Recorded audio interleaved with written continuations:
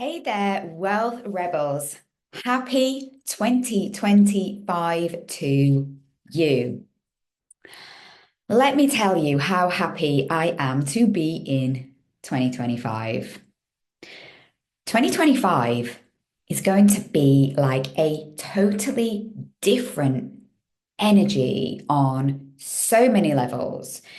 It is my 5 year in numerology, which means the year of adventure. And my goodness, do I need an adventure after the year that I've had? And so, as a gift to you, to welcome you into this new year and this new opportunity to be a wealth rebel, to be your own wealth rebel in your own right, to have that wealth sovereignty, and to energetically shift into your highest frequency and highest vibration, your high vibe, right? I wanted to bring to you a very beautiful medley of the year to my show, to you, of four of my very favorite conversations that I have had with international impact founders as a celebration of 2024. So, 2024 in numerology was my down to earth year. And the theme of getting down to earth literally, guest by guest, weaved its magic within the show. Your energetic year in numerology is linked to your date of birth, but usually kicks in a month after your birthday. So being a November baby, right? Being a November baby, my energetic year in numerology is really perfectly aligned with the calendar year. Hence why I say that 2024 was my down to earth year. Down to earth is represented by the number four, okay, which is a build number. Little did I know, I was going to literally have to build every part of my life and my business because I shifted. I had a profound spiritual awakening this year. Basically, I woke up to what it is that I came here to be, do, and have in my life. I connected to myself and I saw a huge new part of me and who I was, and that had to come into all aspects of my life, which I talk openly about in the latter two of the conversations that I'm going to be sharing with you today as my awareness of my awakening really started to reveal itself. And later on in 2024, it really became clear on what my role in the world is and my own role in my own life means to me. And this year I rebuilt everything in my life and my business, including myself. And the fact that I was in my down to earth year, my 4 year, I wanted therefore to pick the best four guests that stood out for me, that amplified my energy and helped me to rebirth and to rebuild myself. And still to this day, they influence me deeply. Every day, these people influence me because I follow them on Instagram and we have become really great friends throughout all of this. Okay. So I am sharing with you the incredible conversation that I had with international superfood hunter, Darren O'Lean, who co-hosted the actual show Down to Earth on Netflix with Zac Efron, which went on to be an Emmy award-winning show.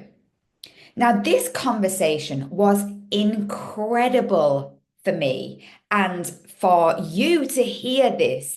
The link to the original podcast are in the show notes. Okay. It is episode 51 of my original show named Wealth Unchained before I rebirthed the show after my awakening on the 18th of September to the Wealth Rebels show. So please go and listen to the show, listen to the clip. You're going to hear the clips just as we dive into this super beautiful medley episode. Then, as I rebirthed the show, I was going through the biggest heart activation of my life, where all of my core wounds from my life and past lives, if you're a very spiritual person, came to the surface to be healed once and for all.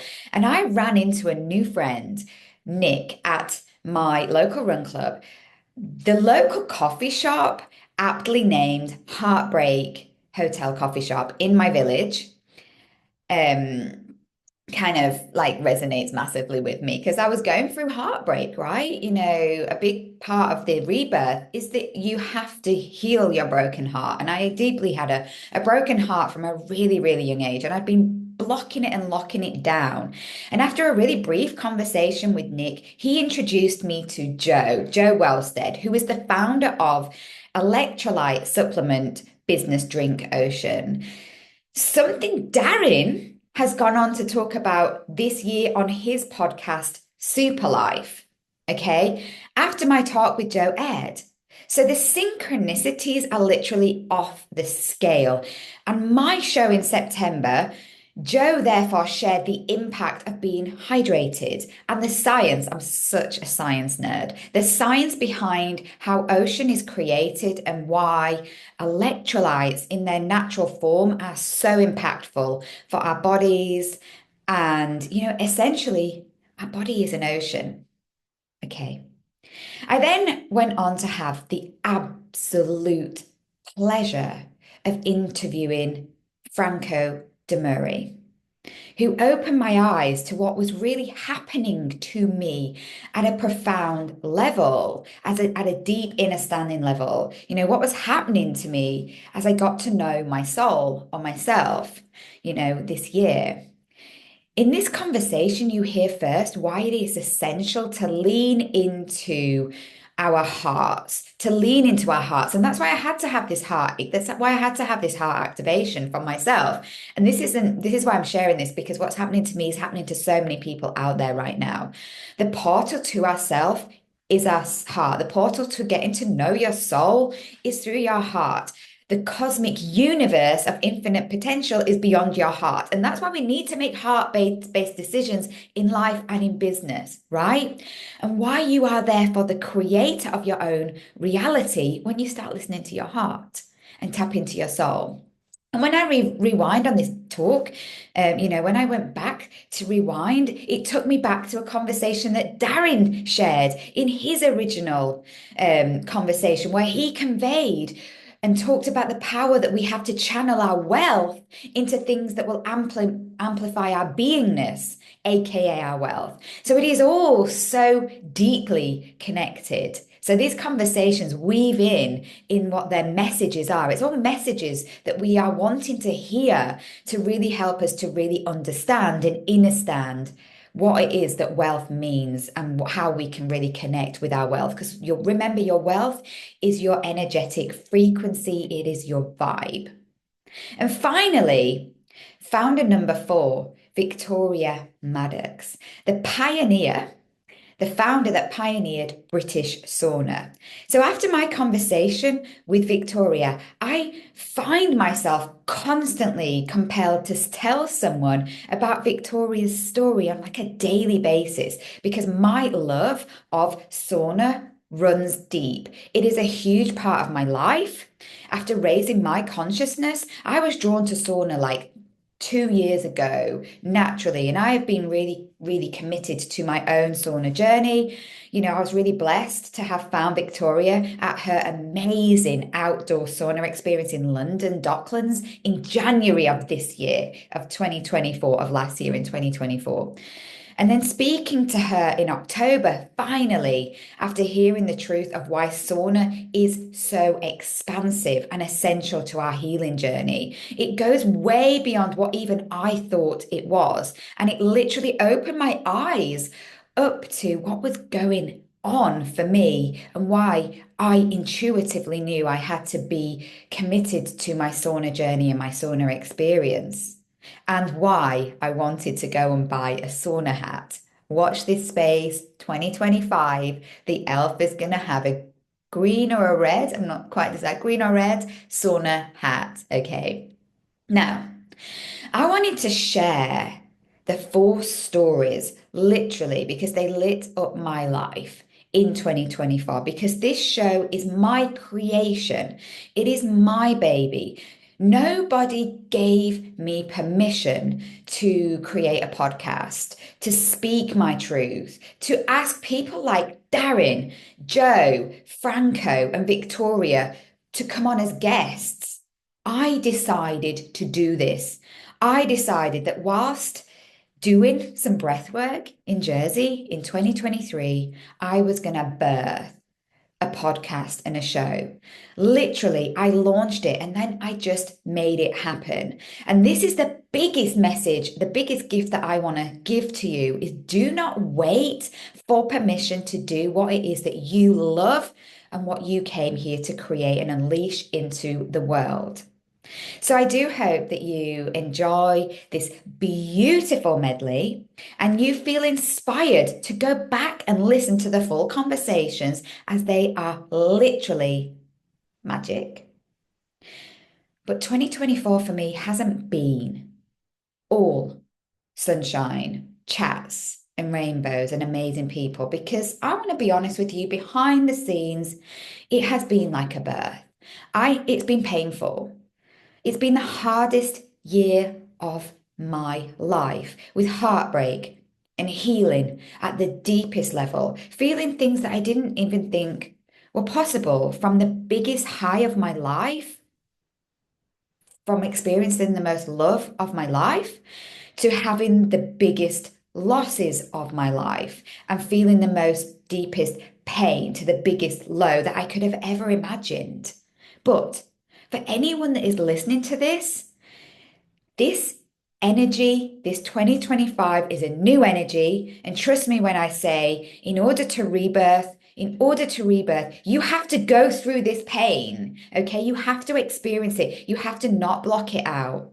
Life is not happening to you, it is happening for you. And everything must crumble so that when you do rebuild yourself, you will build it from the ash like the phoenix, from the ground up, properly this time, on foundations that can never be shaken ever again. And this is why I wanted to share the best of 2024 with you behind the scenes. Whilst it has been the hardest year of my life, it's also been the most amazing as well. Seeing how blessed I am to have Harry and Rose and all the people that remain in my life, the friends, the family, the real connections. You are amazing. Okay, you are amazing. And I love you deeply, deeply from my heart to you. So happy New Year, Wealth Rebels. Let's create a really beautiful 2025. And I do hope you enjoy this medley show today. Happy New Year. Namaste.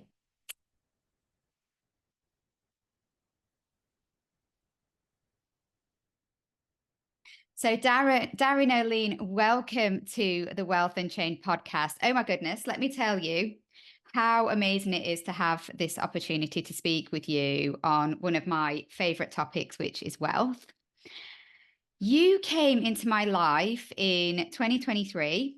I found your show Down to Earth, which you co-host with Zac Efron on Netflix, and you spoke to me in the show. Like the show spoke to me, you spoke to me, and I was just like, Darren, I need to see more about what it is that you're talking about. I went and got your book, which I showed you I have right here, and I was just like, wow. And ever since, I talk a lot about the things that I've read, the things that I've listened to, because people need to hear your message.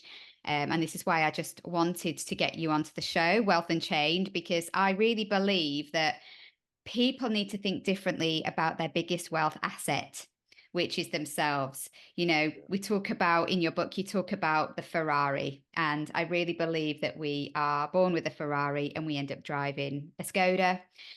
So I really think it's simple. I firmly believe that if we just get down to earth, I'm in a numerology year 4 this year, and it's just really epically timed that we're having this conversation. I do believe that if we get down to earth, we live connected to nature, we get in line with our purpose. I know you recently did an episode on your podcast about purpose, and I talk a lot about purpose. I realized that this Ferrari that we've come here to drive is going to be wealthier for it. And there's something even more epic. And this is something that I kind of read about your book, and I can't wait to dive into this. That because of societal norms, we believe that we can't be wealthy because we think that money equals wealth. And this is underpinned by a massive desire for power. Money is power. And we end up then living in the Skoda lifestyle. We automatically start doing things that aren't making us wealthy. So I just can't wait to dive into this topic wherever it leads us. I believe the wealth management industry wants to keep us stuck in things like consumerism, investing into a stock market that is at all-time highs just doesn't make sense, because I did some research before we came on air. 2 to 3% of assets that are managed fuel the wealth management industry. So they want to keep us invested. And there's like $100 trillion worldwide of assets. So it's easy for us to do the maths to see why we are being encouraged to put money away and not live a life when it really matters. And I feel really, really passionate about unshackling these wealth norms and getting to help people to see differently. So with that in mind, welcome to the show. And maybe let's just start with kind of wealth. What does wealth mean to you if you were to describe wealth? Well, number one, what a great segment and intro and talk, because I think there's so much going on around wealth and the reorientation we have to make around it. And we all think of wealth almost programmed, so in the sense that we think wealth is the amount of money in our bank account. And of course that's a part of it.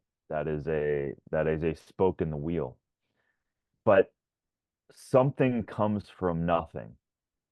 It doesn't, the mind, the thought, the passion, the desire, the clarity of thought, the clarity of that passion, the discipline of those things is what I believe at my core, the generator of all creation in this planet that we get to participate in. And of course we're in co-creation with the mystery that we can't even possibly grapple with and understand, but in the feeble attempt of standing for something like wealth, I think of it as clearly, I think the wealth of health is exponentially powerful, because if you don't have it, it doesn't matter literally if you define wealth from just the money perspective, then clearly it's wrong, because when you don't have your health, it doesn't matter how much money you have.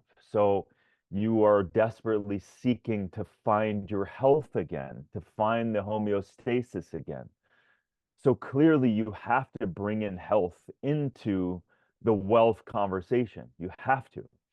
So it isn't black and white either. So I wrote Super Life. I wrote My Fatal Conveniences to stay away from things that are harming us, and Super Life to bring in more things that help you thrive, simply to build your wealth of your health, right? And so now having that, what else what else is wealth? It's, from my perspective, it's freedom, right? It's sovereignty. It's the ability to navigate this complexity of this world where all kinds of things can occur. So anyone listening to this, if something tragic happens. I burned this my house burned down to the ground and all of those things at the end of season 1 of Down to Earth. It wasn't part of the show. It became part of the show, but it was a real event. And so things happen. So the freedom part of wealth, the improving of your wealth status, and I mean that across many boards, across mental health is wealth, right?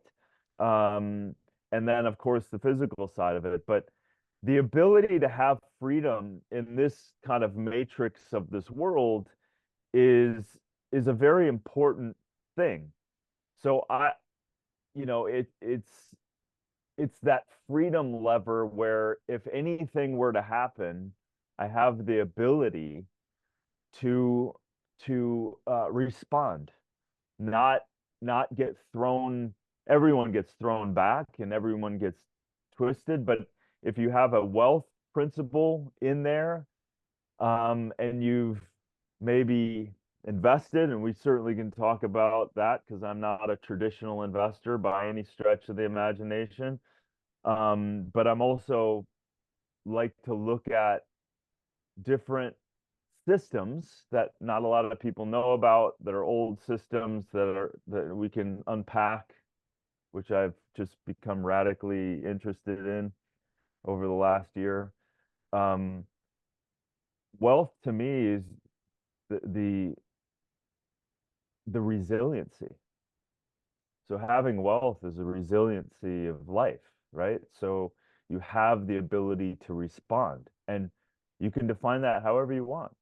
If your house burns down, if you get a divorce, if your health is suffering, or if you have health, or if you're building on your health through discipline, um, that to me is the cornerstones of wealth. Your ability. We just got so used to the fact that I'm here. I have a body. It's amazing. It's breathing. It's metabolizing food. It's extracting energy from that. I'm talking to you from halfway around the world. Like this whole thing is unbelievable. So I think that the investment, I think the reversing also the other point I'll make is when people go for money and they divorce themselves in that process, they divorce their heart or their passion, or because they make the god of money more important, that's a sad life. And I don't care what zeros you have. I don't care how many you've amassed. We all know the story. Millions and millions of millionaires have been forged by divorcing themselves and putting all of their stakes into just gaining money. And what happens every single time? They're unhappy. Now, I'm all for get as wealthy as possible, but align it to the life that you want. Like I know exactly where money is going when it comes into my universe because I'm connected to projects that are infinitely more abundant than the money could give me because they're life-giving. There, there's clean energy technology, regenerative agriculture, mindset technologies, like you name it. I know what that is for me. So the the the tool of money is a tool of money for the greatest gift that we have, and that is to redefine. And I think you bring this up quite powerfully in your show, in the sense that we literally need to redefine what kind of life we want, period. And it takes a bit of a mental shift because we're so indoctrinated into the systems that are currently in place and that have been in place when we were born. But what kind of utopia do I want to build? What kind of life do I want to live into?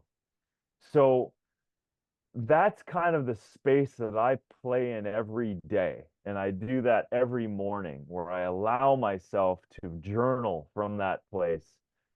And it's amazing to me when you get clear, you create the opportunity for wealth to show up. And that is in all forms of wealth. Money shows up when you need it, support from other people, hell, the right people around you, the right friendships, the right connections, the right tribe. I mean, if that's not wealth, I don't know what is, because it's not, I say this all the time.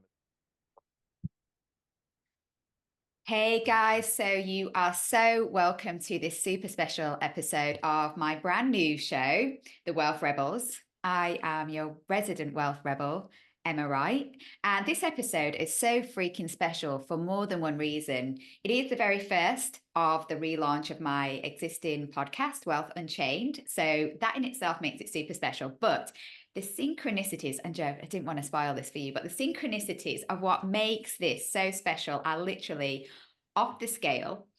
I literally could not have dreamed up a better first guest to bring into the show, in terms of an impact founder that I'm about to introduce you guys to. I'm so freaking inspired by what you've done and what you've created. Now, I only decided in June that I wanted to relaunch, realign, and rebirth the show. And the word rebirth is really perfectly connected to what you're doing with your venture. As I was planning the new show, it's all centered around four pillars: wealth, investing for good, planet for good, planet before profit, and shining that spotlight on impact ventures and founders of those ventures, with a focus of wealth not being about money. Wealth is your energy and your vibration. And in order to save the planet from the issues that we face today, we need more founders to put themselves out there and create the solutions that the world's biggest problems need solving, and that often big corporates can't get to. And that's one of the things we were talking about before we like sorted out today's show. So I cannot wait to dive into this today with you, Joe. Now, for those of you that have been following me for a while, will know that everything that sits behind what I do is the love of the planet, the love of the oceans. I've got my marine conservation t-shirt on. I literally live in them. It's a bit sad, really. And I've got a lineup of founders for the show, but the universe had its own unique way of finding me the perfect guest to fully align with the love of oceans and the focus of our wealth sovereignty and energy through holistic remedies, so that we own our health and well-being. So literally only 2 Saturdays ago, I stumbled down the road to my local running club at Heartbreak Hotel Coffee Shop in North Devon, where I met Nick. Now, Nick wasn't even meant to be there. I haven't really told you this story, Joe. Nick wasn't meant to be there. We got chatting, as always, about things that I love: the planet, venture capital, entrepreneurship, my podcast, the oceans. And boom, Nick said, "You need to speak to Joe." And then, like a week later, here we are recording this episode as the very first for my show, because it's so freaking perfect. So, welcome, Joe Wellstead, to the show. Awesome. Thank you so much, Emma. I'm very happy to be here. Good timing. It is. I mean, this is the thing, right? You are the co-founder of Drink Ocean, that was only launched in April 2024, so just 4 months ago. I can't wait for you to tell me about what makes Ocean so special, which, I've been trying out. I've got it right here. It's in my water as we speak. I've been trying it out. So thank you very much, Nick, for introducing that to me. So, maybe I should blame ocean for all this crazy energy that's going through my body right now, because I feel it flowing. And when I feel it flowing, I do find it, quite hard to center my energy. Now, the synchronicities don't stop there, Joe. Okay. So yesterday I had a coaching call with my soul coach. I have a soul coach, and we were talking about my new podcast. And she's called Kat. I told Kat about ocean and about you coming on my show today. And how perfect is this, right? Kat said, "Oh my God, Em, my actual cat is called Ocean, spelled Oshun." That's amazing. Yeah. And she told me the word ocean is connected to sexuality, fertility, femininity, water, destiny, purity, beauty, wealth, and prosperity. And I'm like, what the fuck? Sorry, I have to swear. Yeah. I was like, oh my God, what is going on? So to rebirth the Wealth podcast with you makes my whole body just tingle with joy, because it's divine timing, meeting Nick and then meeting you and anyone that's listening to this, because I bang on so much about stepping into trust and not micromanaging everything, trusting that the universe, and this is just a really profound example that I just had to share as we dive into this conversation today with you.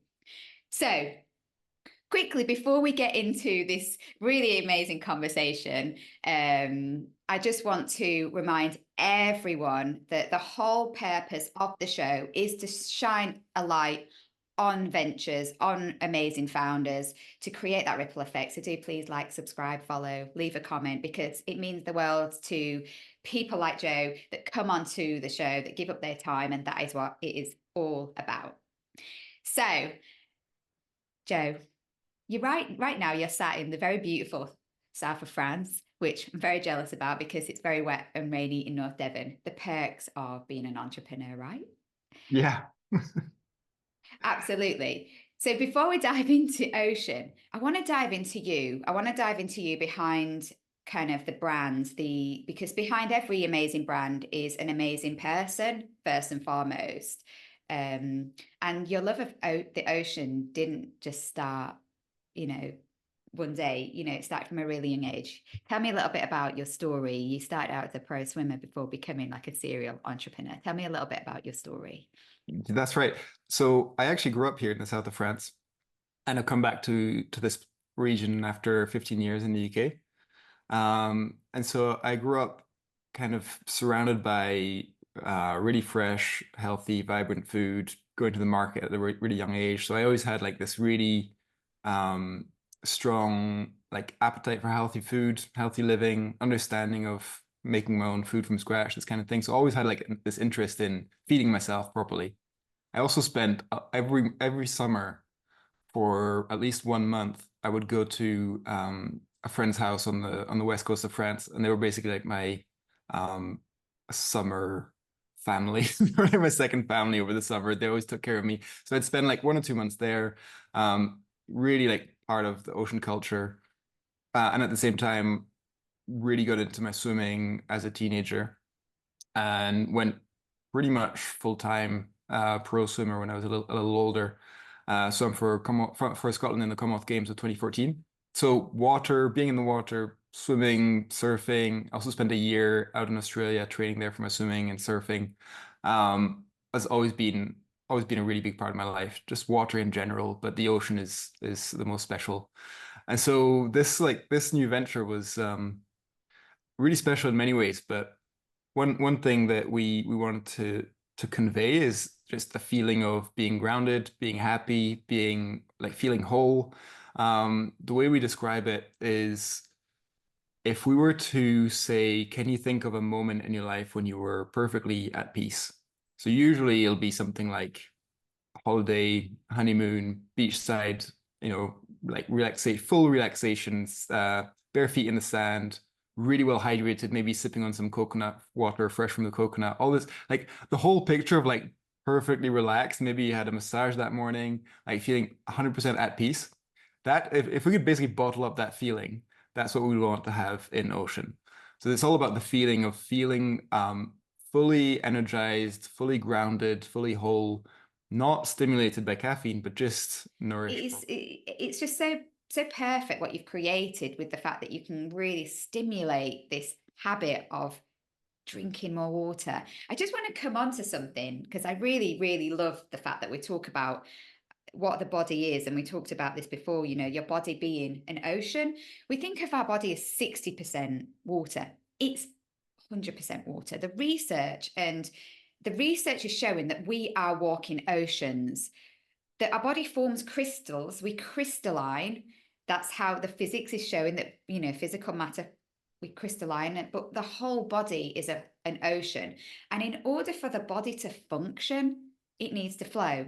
and it needs electrolytes to do that. So let's tell me a little bit about what the power of ocean is, what you've actually created with your electrolytes and why we need to put this into our water. Yeah, sure. Well, first of all, electrolytes are just minerals with an electric charge. So Mm. this is what we don't necessarily tell people because mostly it's sort of too much information. Most people just need to understand, why do I need this? What's it going to do for me? And then they can decide, you know, in a well enough informed way if they want to spend money on it or not. So that's what we talk about. But basically, electrolytes are minerals with an electric charge, and so adding electrolytes to your water and to your body means that your body can essentially manipulate its internal energy and tell where you need water. So this is why um, usually people's skin will start to look more hydrated, more plump after a couple of weeks of adding in ocean, because your body can actually put moisture and water where it needs it, thanks to those electrolytes, thanks to that electric charge, which allows your body to say, okay, we need moisture over here, over here, over here. It might be that your nails grow stronger. It might be that your joints are less sore because you're putting in moisture into the right places. But we make ocean by concentrating inland seawater from the Great Salt Lake of Utah. And this is a process that takes 2 years. And it's very slow and it's very respectful of the Great Salt Lake because it is a endangered resource. So we use it very sparingly. The water basically goes into different big containers over a period of 2 years and moves from one container to the next, just through solar evaporation, getting more and more concentrated. And then we get to the final product, which needs a little bit of balancing out. So we put purified water and a little bit of potassium in there to make it a consistent product every single time. And so it's a very, very natural, very, very pure product.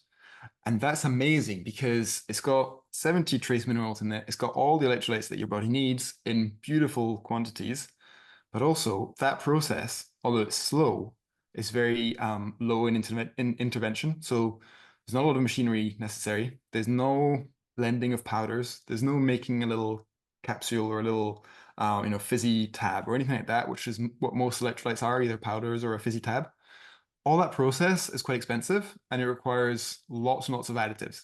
So if you look at what's in your fizzy tab, there's loads of maltodextrin, there's sweeteners, there's binders. Also, the minerals are not in their ionic form, which means they're basically bound to another mineral. So for example, if you got magnesium in your electrolyte, if it's a cheap brand, you're going to have magnesium oxide, which is basically not a very easy to digest form of magnesium. So your body's not really going to utilize this product very well. So as a whole, it's just not a very good product for your body. Whereas with ocean, it's got ionic forms of minerals. So not bound to anything else, very, very easy to absorb.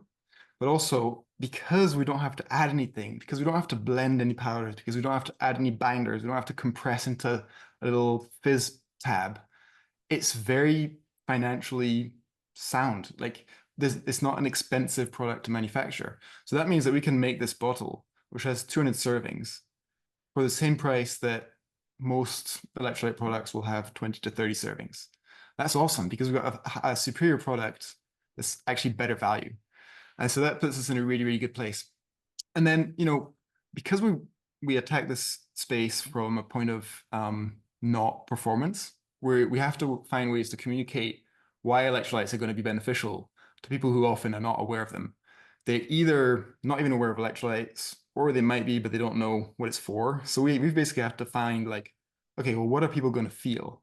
Like what are the symptoms of lacking electrolytes? What are the benefits of adding in electrolytes? And usually there's pretty much like a list of 5 or 6 things that you may or may not feel. But if you feel sort of 2 or more of these things, you're probably like, this is a really good sign that you're lacking electrolytes. So one of them is low energy, like fatigue or kind of brain fog, like a fuzzy mind. Another one is dry skin or dry mouth. So that's a really good sign, pretty common. A third one is craving salty food, like salty snacks. This is really, really common in the UK where at sort of 10, 11 a.m., people go for like a packet of crisps and a Diet Coke because they're feeling thirsty and they need the salt, right? So these are really, really common signs that you're lacking electrolytes. A fourth sign is blocked up, or you go through periods of being blocked up and then having like really loose stools and like you sort of go from one to the other. You're basically inconsistently hydrated. A fifth sign might be that you're probably not sleeping very well. Essentially your body has a hard time resting. And then another really common one, which is quite surprising, is if you're constantly craving sparkling drinks, sparkling water, or like sparkling soda, that's another sign because basically your mouth is like dried out and those bubbles feel really nice. So all those things together are really clear signs that you're lacking electrolytes. But if you have just two of them, you're probably going to have a really big improvement. And usually that's going to be seen as you're going to feel a clear sort of energy, like clear mind. Your fuzzy brain, especially in the morning, if you have ocean like first thing in the morning, that sort of brain fog is going to dissipate. That's the first thing, and then eventually you're going to pretty much have like better, clearer skin. So clear mind and clear skin are like the two most common benefits that people will feel. To look at wealth on their holistic basis. So I can't wait to dive into this topic with you today, Franco, on an even deeper level and learn what it takes to be the soul leadership coach. So firstly, Franco, welcome to the Wealth Rebel Show. I can't believe I'm saying that, the Wealth Rebel Show. Fantastic. Well, what a wonderful introduction. Well, I feel a bit starstruck. I don't really know what to say now, but seriously, that was a really beautiful introduction. Thank you. Excuse me. And as you were speaking there, I was thinking, yeah, isn't it weird? Weird, not weird, how I've gone from not having a clue who you were it was actually just 5 months ago. It was in the middle of March. And I'd gone to Lagos in South Portugal. And I did do it. It wasn't actually a retreat, but I did do some retreaty experiences while I was there, and it was a bit of a reconnaissance trip. And as you mentioned, our wonderful mutual friend Rachel Fennessy introduced me to you because I was like, I really need to understand the money side of wealth and abundance, but I need to connect with someone who's like really bridges both of those worlds, the spiritual element and the actual financial element. So because Rachel's in financial services, I was like, she'd be a great person to ask. She introduced me to you. I listened to some of your interviews and I thought, wow, I really love this girl and what she's doing and her energy. I felt so much resonance to everything that you were saying and sharing. And again, bridging those worlds so beautifully. But I have to admit, I never imagined I'd actually be on your podcast. So yeah, thank you ever so much for the invitation, and it really is an honor to be here. Oh, you're so welcome. And likewise, like this is what the world is. The universe kind of just flows in those magical ways. And you're so right about the fact that money, the connection of money into abundance for me is such an important topic. We could do a whole topic on this because people think that money is abundance, and it's not. Money is just an energy exchange. Abundance for me is a vibration, like wealth is a vibration. And the spiritual connection is essential. It's essential. And it absolutely 100% bridges the gap that people have missing. So our worlds were going to collide. It was meant to be. The universe had it planned. Rachel was someone that I met years ago that I think believe that, we're all on this kind of awakening journey at the minute, and we're waking up to the fact that it isn't what we were led to believe. So let's get deep. Let's get dirty into this topic of wealth. Firstly, I really want to understand a little bit more about what is a soul leadership coach. What is a soul leadership coach to you? I'm not even sure I know myself, to be honest with you, but it's one of those things, Emma, where I was like, yeah, looking at all these job titles, and I was like, yeah, boring, boring, boring, boring. And I just thought, like, what's something that really describes who I am and what I do and how I show up? And as always, because we learn to trust our wisdom and connect with the infinite ingenuity that's in here. And it just came out one day, the Soul Leadership CEO or the Soul Leadership Coach. And I was like, wow. And as I felt into it, what I realized it meant was that, we live in a world where there's so much opportunity available to us that probably wasn't even available when I started my corporate career in the late 20s. Late 20s, I'm not that old. No, in my sort of mid late 20s, in the late 90s, I should say. And, because we can do business at the touch of a button globally in a way that wasn't even possible in 1997 when I started my corporate career.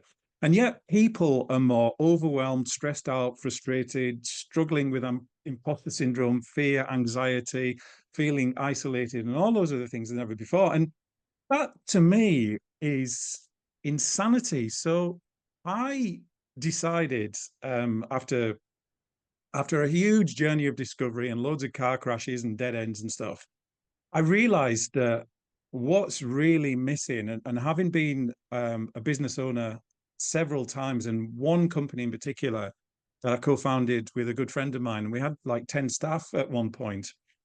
Looking back on that, what I realized was missing was the connection with self. Because when I started way back in 97, there was very much a strong demarcation between this is your work self, this is your corporate self, and that's your personal self. And never the two shall meet. And so you kind of I ended up, and a lot of the guys that I worked with just ended up like being caricatures and parodies of ourselves, pretending to be this like corporate nonsense, this stereotype, this ego image that we thought, or we were trained and told had to show up in a certain way.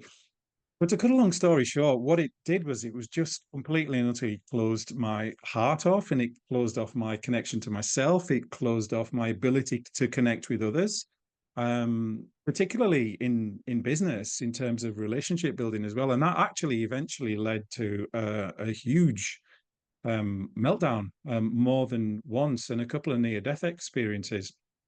And I realized that what was missing was that connection to self element. And so the soul leadership coach is really exactly what it is. It is.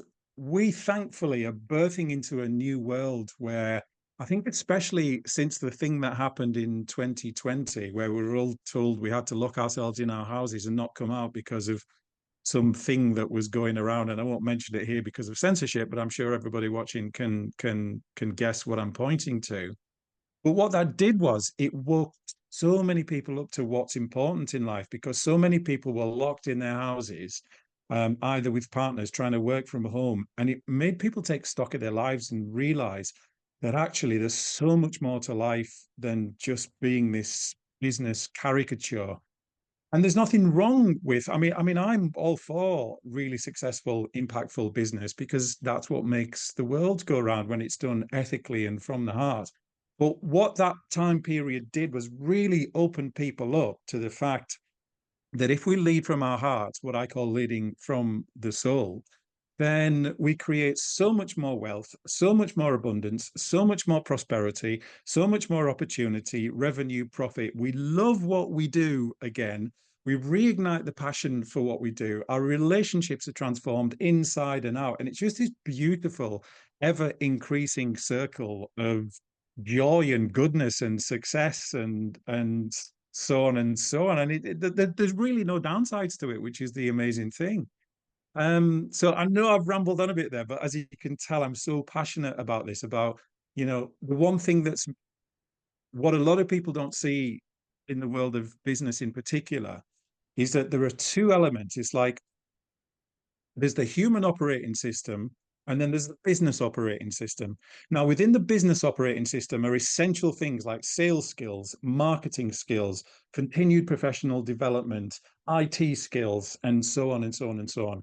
Those things are really, really important. But what has to underpin that is a really bang up to date, fully operational, super duper brilliant human operating system. And that's what being in soul leadership is all about, because that's the thing that contains all the necessary skills that really amplifies and leverages them and makes them fun and creates so much success financially, emotionally, spiritually, and otherwise a few years ago. And it was, the same usual, oh, what do you do? It's like, you're not really interested, you're just asking. But Anyway, so someone came up to me. There was a group of about half a dozen of us talking, and someone said, "Oh, so what do you do?"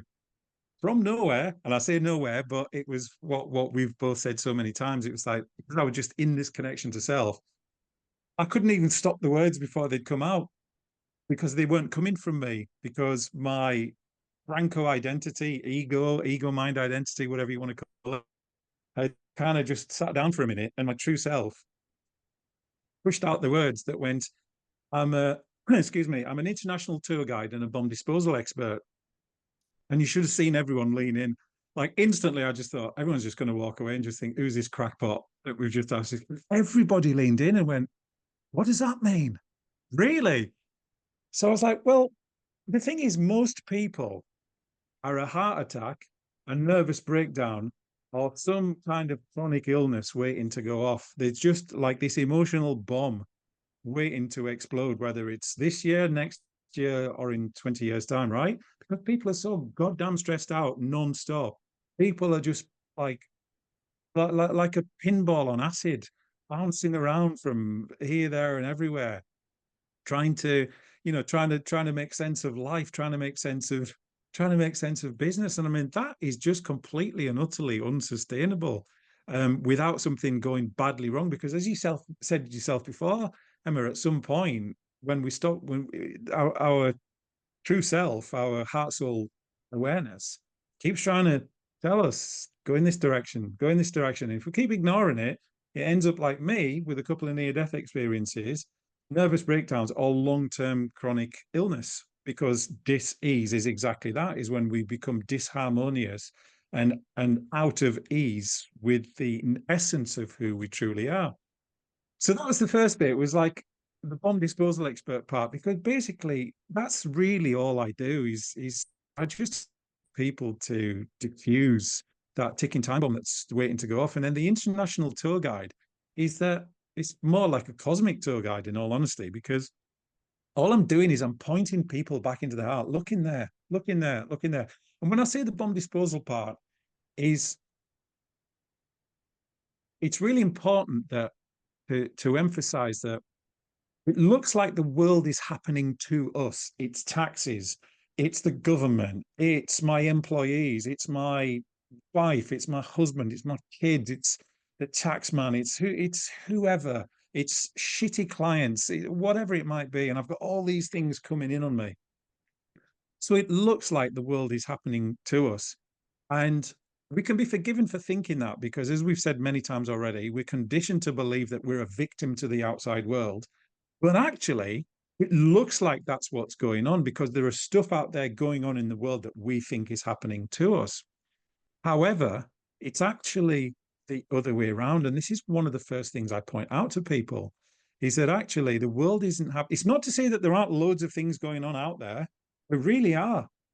But we can either choose to be a victim and stand in a tiny fraction of the potential that we have to not just navigate that, but to transcend that and create an amazing outcome. Or we have the option of going, well, hang on a minute, those things are going on out there, and it's actually how I'm perceiving them that's creating my experience of that. And people always say, "Oh, that's nonsense." And I've had a couple of people say this to me before. Well, so you're saying to me like my dad died last week, or my wife died, or my mum died last week. So you're saying to me that that's not that situation. First of all, my deepest condolences. I said, but can I explore that a little bit with you? Yeah, sure. Are you distraught about it 24/7, 365? Like totally out of control, distraught? No, I suppose I'm not. Are there times where you feel sad, quite sort of happy, remembering about the happy times that you had together and so on and so on? Yeah. Are there times where you're quite philosophical and just think, it's death, it happens to all of us? Yeah, I'm sad. Yeah. And then 10 minutes later, do you feel distraught again? Oh, actually, yeah. So you've had this whole range of experiences about someone that you love who's passed away. But the fact is, the fact that they've passed away has not changed. Your experience of how you feel about that has gone from distraught to philosophical to being really grateful for the amazing experiences that you've had with them. And this is what I'm pointing to. It's our perception of those outside circumstances. And one of the best examples that I always use in workshops is anger, right? We've all done it, got really angry. We couldn't send that email. We've said that thing, but especially if we've sent that email and we can't unsend it. Rah, yeah, that's told them. 10 minutes later, half an hour later, we've calmed down and we look at that and read that email and we just go, oh God, what did I do? What did I say? I can't believe I just said that. Now, two totally different perceptions. Now, the situation with whoever you're angry at or whatever you're angry at hasn't changed, but your perception of it has changed. And so that is fundamentally core part of my job of contributing to the upliftment of society and the world and helping people to reconnect with their heart soul essence again. It's to help them to realize that actually you're not a victim, you're actually the producer, director, and script writer of your own movie. Love that. 24/7, Welcome 360. to the Wealth Rebels show. I'm your resident wealth rebel, Emma Wright, and today we are talking to the very amazing Victoria Maddox, who I had the absolute pleasure of meeting back in a very cold January in London. A few years ago, before I introduce you to Victoria, a few years ago, my life really completely changed. I decided to absolutely, completely change the way that I holistically look after my health. I watched a documentary that made me realize that, hot and cold's really important. It's important to the body, inflammation, and the benefits of sauna are profound. And it really led me to joining a spa. So when I went up to London recently, my friends were like, okay, Em doesn't drink anymore. She doesn't do normal things that people do when they go to London because I don't get drunk and do these things anymore. Let's take her to something we know that she will love, which was an outdoor sauna experience in the heart of London. And it was fantastic. And when I met you, I just knew that I had to get you on the show. The show at the time was Wealth Unchained. And we were chatting just last week about kind of how we've gone into sauna season. And I just can't wait to dive into what you do. Before we dive into the story of you, my love, and I welcome you into the show. Wealth Unchained and now the Wealth Rebel show is all embodied around the pillars of shining a light on founders that are literally doing amazing things. And you are really pioneering British sauna culture, 100%. You are an entrepreneur, you're juggling all of these incredible things, founder of Sweet Heat Sauna, and you are literally representing what I believe is wealth sovereignty. And I know we're going to dive into this topic, but the four pillars of the podcast and the show is all about shining the light on impact founders, which you are having big impact on, and people that are doing amazing things within the wealth sector, which holistic wealth, getting people to realize that their health is their wealth and getting people to really be able to do that in the heart of London is amazing, as well as kind of changing the way that we feel about our bodies. And I can't wait to dive into some of these topics. But also, the fact that we're putting the planet first, we're doing things to slow ourselves down and be more sustainable. And then we are investing in things that are good for us, good for the planet. And, one of the really big benefits of when we look after our health, we're not putting pressure on the planet. We're putting ourselves first, and that's really, really important. So Victoria, welcome to the show. Thank you so much for having me here, and thank you so much for your testimonial. You're welcome. I got to try it out myself because the experience that you've created in London is so unique. Tell me a little bit more about what you've created in the heart of London. Okay, so probably I should describe the location first. And it's in the Royal Victoria Dock, right next to what is known as Western Beach.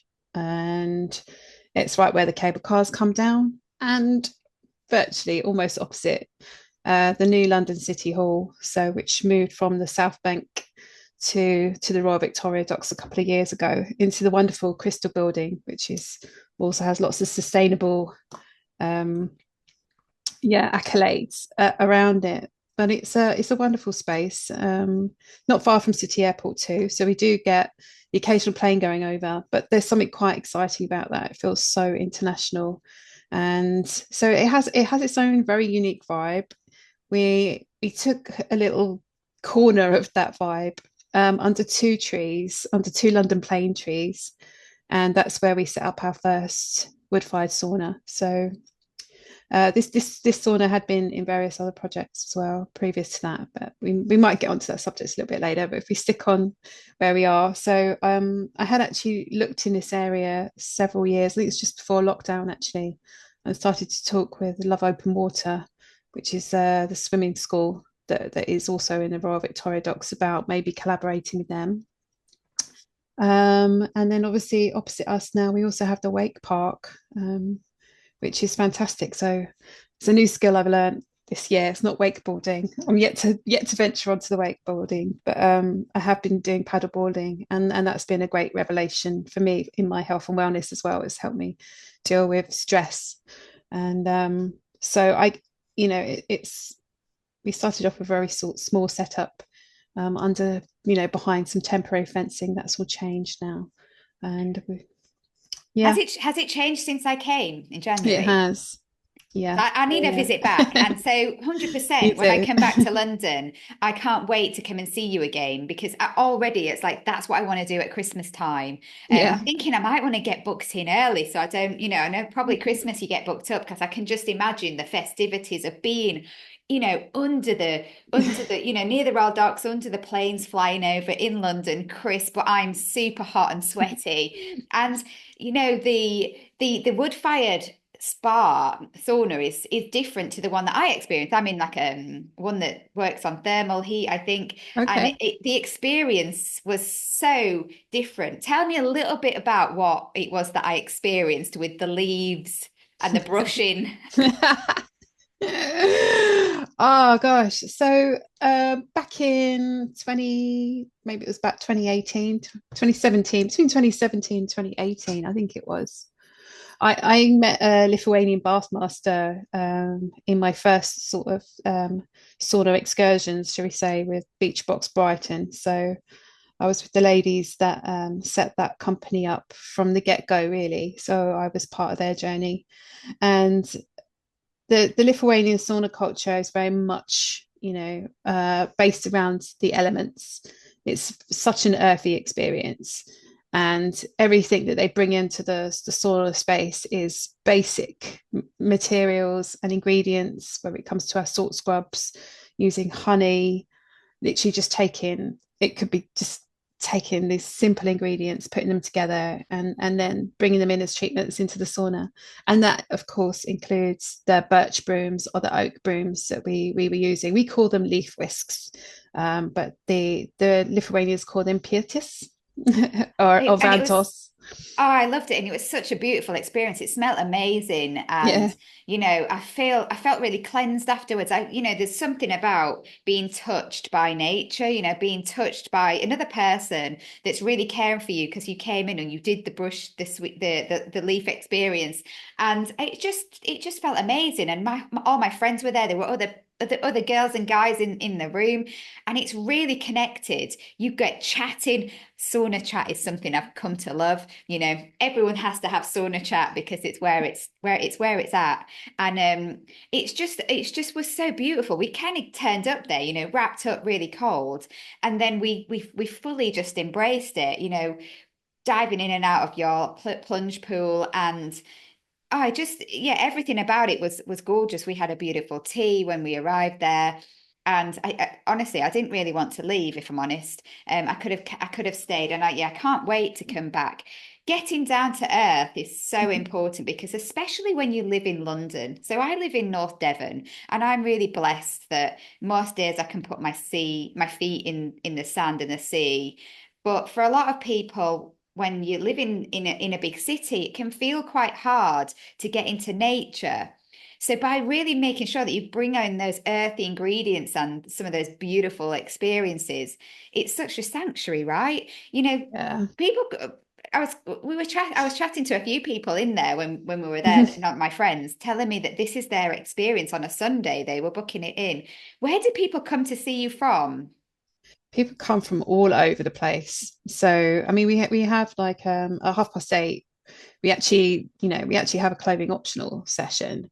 So we're really kind of aligning with the feel that you would get in some of the German sort of spas, not with the sort of luxury currently, because we don't have, that sort of funding is next level, next level.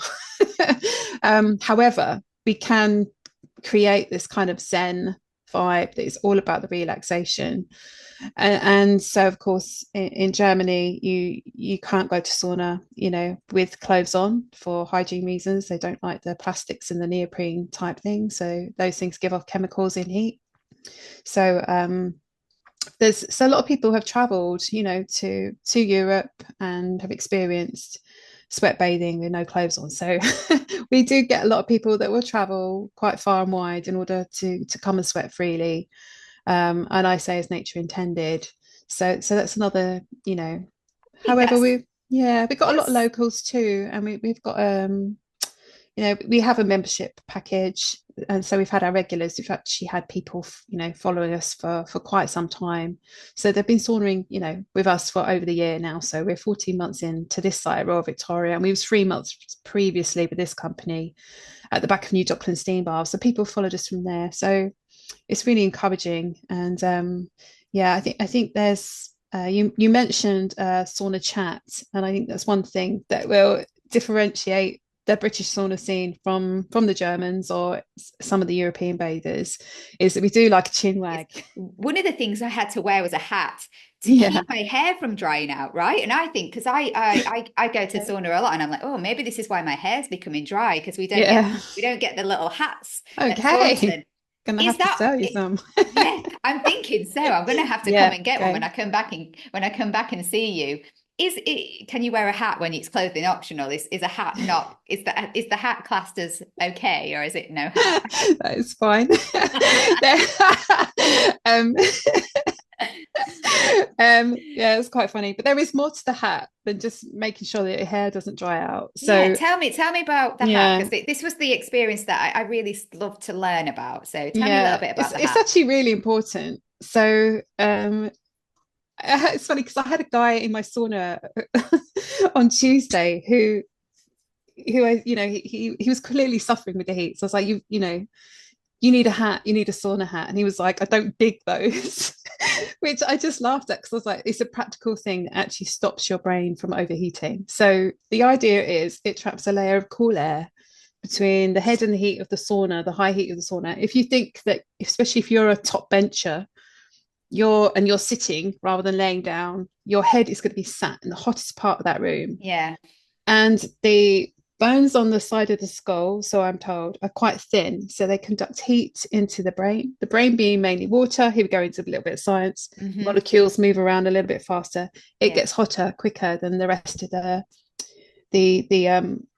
like the muscle tissue, if you like. So actually it helps to regulate the body's temperature throughout. So you should be able to stay in the sauna for longer. And I've been sauning for so long, I've given myself heat stroke I don't know how many times. And this will help mitigate those risks, if you like. So it is a practical function. So there you go. Fantastic. It's like my nickname's Elf, so I think I'm going to pull off the sauna hat in North Devon. I'm going to bring it to Saunton and sit in the sauna with my sauna hat, and then explain all about your sauna, and hopefully people by that point would have listened to the podcast as well, so they will be fully understanding the importance of the hat, and safety is important with these things. What I want to really kind of dive into with you is, obviously you lit your fire in 2018, when you were kind of really exposed to the magic of sauna. The stress element of life is so hidden, like the day-to-day stresses of life, as we're on the rat race, we're constantly in fight, flight and freeze without realizing it. Our body is suffering with inflammation. sauna is like the gift that just keeps giving, because it's one of the things that helps us to the body to break down stress in the body. You having a workout whilst laying down and having a really nice time. Tell me a little bit about the science behind sauna. Okay, so I'm going to talk a little bit about maybe some of the stuff that I've trained in. So I trained in sound as a sound practitioner for a while, and an energy medicine practitioner before that. However, it was during the time that I was studying sound that I learned more about, altered states of consciousness. And I realized that actually that is exactly what happens when we sat in the sauna. We're going into a slightly altered state. So the brainwave changes into the alpha. I think it's the alpha and theta states, which are the most beneficial for healing the body. So it's that state before sleep that you will actually get the most benefits in the body being able to heal. So with our sound therapy, obviously we were holding people in sort of space in the with gongs, if you like, so holding them in that space for a considerable amount of time. So it's allowing the body to really be able to do its work while we have it held there.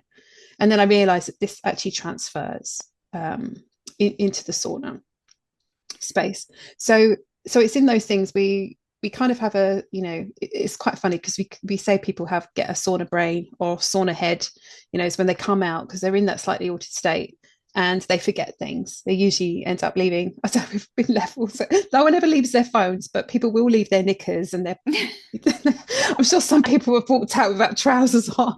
I'm like, have I got a pair of dungarees? How do people leave those on? I love it. I recently did a sound bath. I did my first sound bath a couple of weeks ago because I really love getting into that altered state of consciousness. I'm going through a spiritual awakening. I've been through a spiritual awakening this year, actually, after I met you. It's been quite the year for me, and I talk about it. I kind of talk about it quite often. And when you go into those altered states of consciousness, it is an incredible place to be. And I did not realize that. You've just taught me something new, which is actually quite profound. And maybe why I have these amazing conversations in the sauna. Absolutely. Right? Because what it allows people to do is it allows them to shed their ego, which it's the lower mind. It's the lower mind, which is from my studies. I've been working on my own spiritual practice for a lot of years, probably since I was in my 20s. So, I've sat and listened to the teachings that have come through me, as well as the teachings of others. So really realizing that we have lots of different layers of consciousness within us that have all got different voices and they're all telling us different things. So what we allow is, to me, the lower mind is in the solar plexus area. And that's what we let go of.